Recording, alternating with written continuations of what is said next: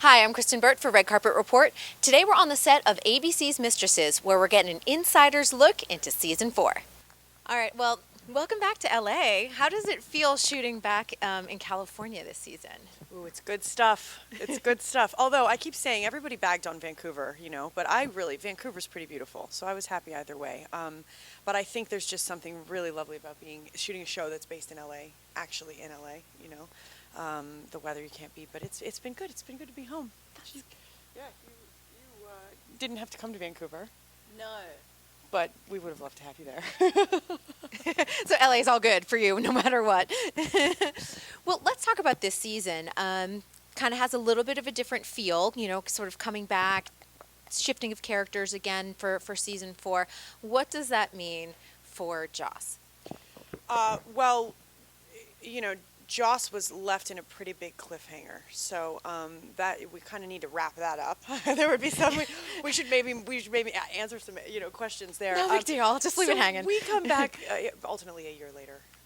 So we transition into the trial of what went down on that night and kind of her dealing with all the trauma or what happened that night, and we sort of allude to a little bit of what happened, but not all of it. And that's a lot of Joss's journey this season is trying to not tell the audience, but just go through what happened in bits and pieces and deal with what happened there. And then Harry comes on back from his trip. He was this chef tour around the world, and he was in Europe, so he comes back pretty quickly to rescue me and be by my side, and we take the next step in our Hoss or Jerry, his Harry and Joss or Jerry relationship, which is our hashtag. Which I saw the episode, so it is big. Yeah. But there seems like there's going to be some darkness too, I think, for her. I don't know if they'll ever just let everybody be happy. That wouldn't be good summer soapy television. So, yeah, there's definitely darkness.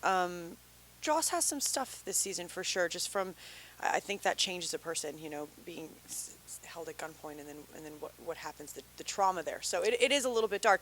But enter the lovely, Tabrett was in season 1 as season 2 as Brett's sister, and so as Harry's sister. I'll pass the mic to her. Yeah, because we didn't see you in the premiere episode. Yes. So what can we expect from your character this season? Basically, someone that's on a very desperate quest for love. At any cost, right? At any cost, even to the people that she loves, And I guess it's always funny to watch someone on a desperate quest because they're bulldozering everything around them. She definitely gets herself into very unusual circumstances. And she moves in with us, ultimately. So that's kind of, without giving too much away, I don't know if you've ever had a relative live with you. I'm amazing to, they love having me around. She's always there at the perfect moment, right at the, you're like, I'm the sister, so it's a little bit of a rift in living all together under one roof. It's like Three's Company. What I want to know, because we've talked about Mistresses, and it started out with a lot of Mistresses the first season. Are we going back to maybe a little bit more of the theme of people engaging in? Well, I think there's always that theme throughout. We certainly we allude to it in different guest stars and characters. Yeah. I just realized that the storyline, we're only halfway through the season right now, so we know as much as you guys do about some of it sometimes. So I just found that there was a whole introduction of that in one of the guest characters that I'm working with, and I was like, oh, there's the mistress. There we go. So it's Salt and Peppers.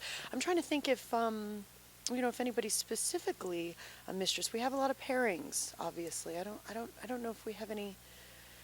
You don't really.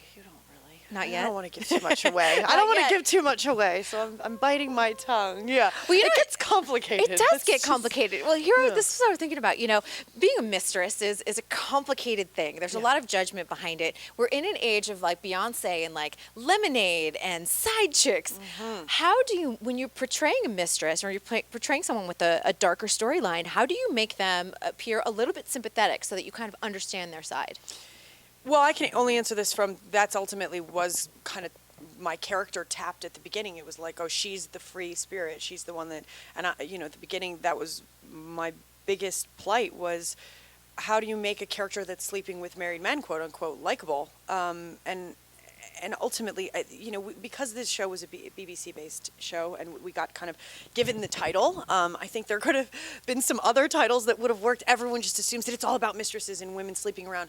But I think if you come from a place of, her character brings it in season 4, we're all about you can't choose who you love. So I don't think it's ever attempting to be reckless in the show or promote just like sleeping around with and ruining people's lives. It's really these love stories that are intertwined with probably really desperate situations that you don't want to be stuck in.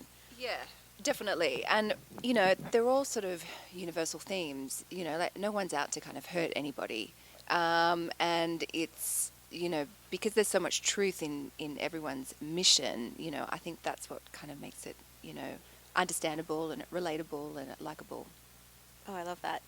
And working on a female-centric show, I think like this has just been kind of a year where we've been talking a lot about women in Hollywood, and you have a lot of strong women and characters on your show, and diverse ones at that. How does it feel for you as an actor to work in that environment?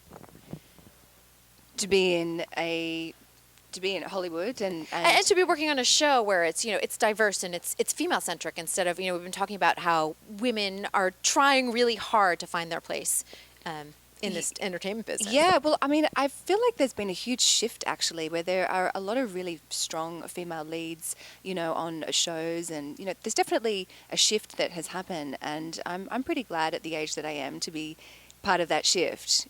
I feel pretty lucky and blessed, and she's so excited that she can now drink because she just turned 21. So Congratulations! She's so excited about the new. It's amazing, right? We're gonna go. We're both of us. I'm next month, so we're really excited. This is good. But yeah, you're coming with us. I am. Well, I know. You've I'm got a just couple barely legal. Exactly. So it's perfect. So we're all excited to be the age that we are. And yeah, I got The you, girl. blondes. I got you, boo. And yeah, but I just to cap that, I think it's really lovely to have female executive producers. That makes a big difference. They sort of inject the feminism and the empowerment and kind of taking your own. They're both really, really strong women. And every year they kind of come up with something. Even this season, I was like, what's going to happen? And it's even stronger. It's even more in your face. It's even more female power and coming out. So it's good that they can keep coming up with that. I think, like what Tabrett said, it's growing. Strong women in television are growing ever so, thanks to the Shonda Rhimes and certain people in the world. But that's great that other people are carrying the theme. Mm-hmm. Thank you so much for joining us today, and we're looking forward to the rest of the season. Since I've only seen one episode. Oh my gosh! Thank you. So you much must more. Catch up. I've only seen what's happened so far. So. Cool. Thank you, guys. Thanks so much for watching. Be sure to subscribe, like this video, and leave us a comment below. What's your favorite storyline this season on Mistresses?